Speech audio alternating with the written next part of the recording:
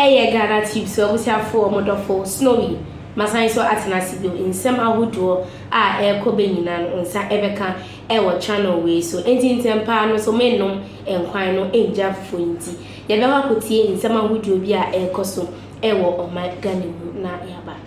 One person is dead after a NAMO's team in the Ashanti region is involved in a car crash. Let's get into that now.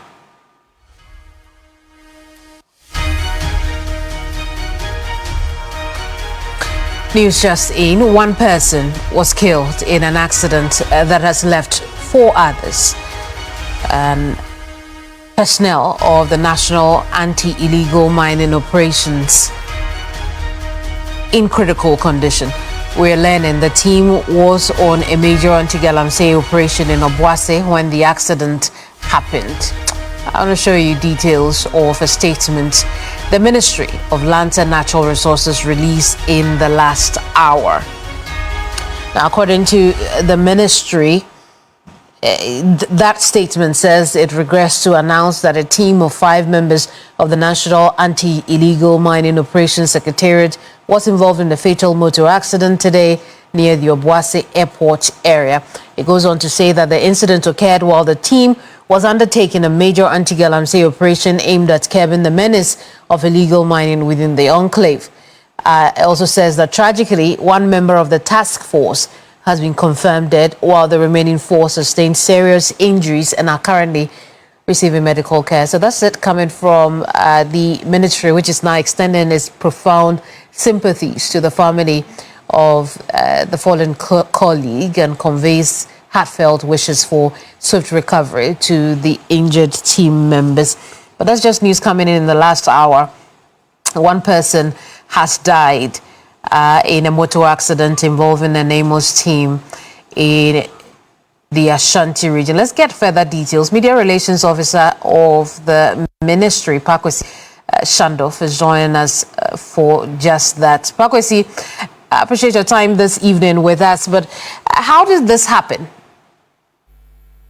Well, so as of now, the ministry has, under the authority of the Minister Emmanuel Amakofi-Boa, commissioned an investigation into this particular development. And so the details that we are able to convey would certainly be sketchy. And in that sketchiness, all I'm sure we can put across is the fact that the lane on which they were driving, we do understand is a particularly tricky lane. And so that is what we know as of now inconclusively led to the somersaulting of the vehicle that has resulted in this very unfortunate development. But the investigations have commenced, and so I'm sure that by close of week or maybe next week, we'll be able to offer full closure and the necessary clarification on what factually led to the incidents that has saddened all of us at the ministry. Give us details of their movement. Where were they going? Where were they from?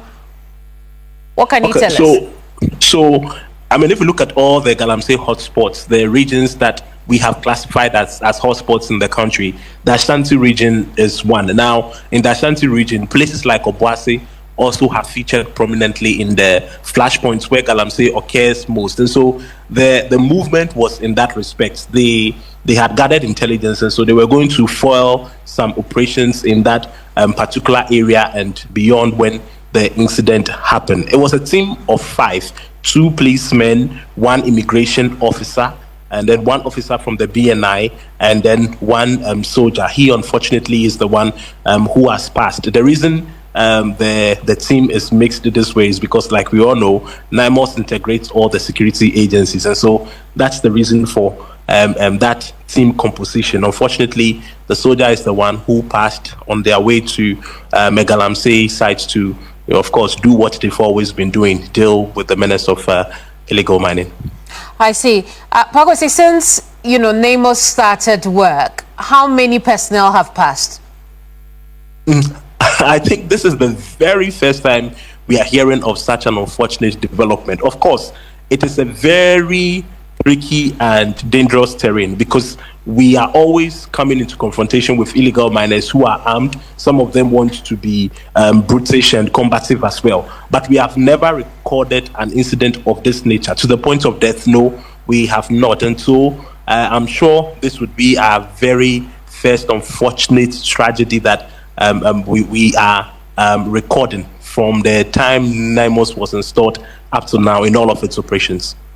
And indeed, I believe it's a fine opportunity to find out what's happened with investigations into some of the incidents against NIMOS personnel or personnel who were fighting illegal mining one way or the other. We can start off with the EPA incident that took place also in the Ashanti region. What's the latest on that?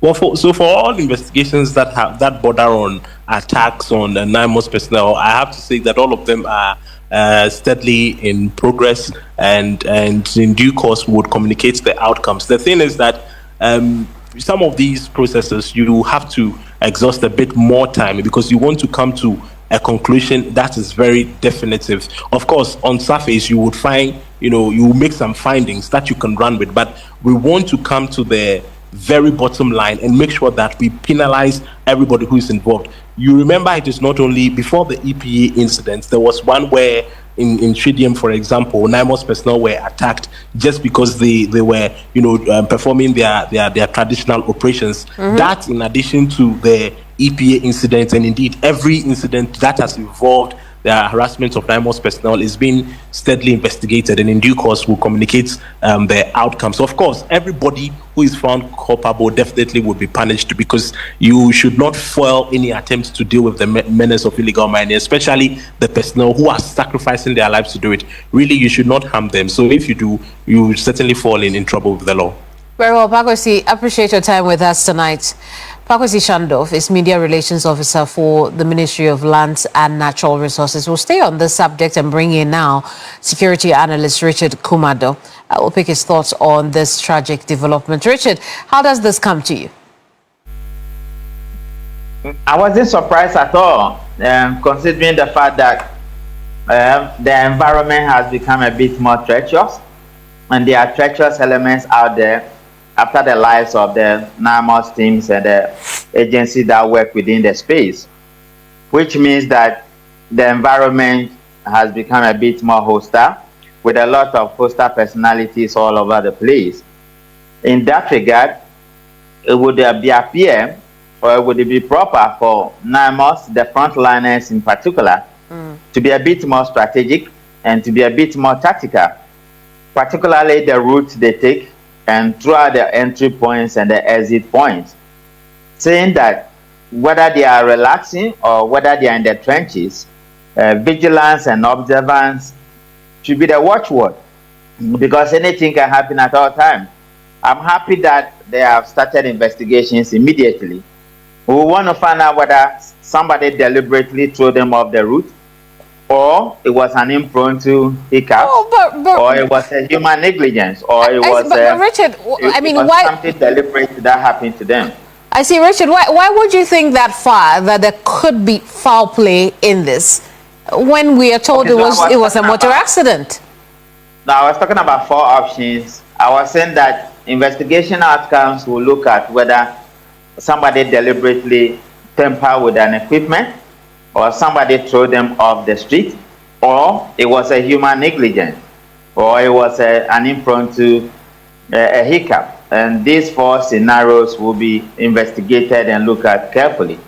That will inform decision makers as to what to do, whether they will have to review the nature and the type of equipment they are using, or they will have to re-strategize again.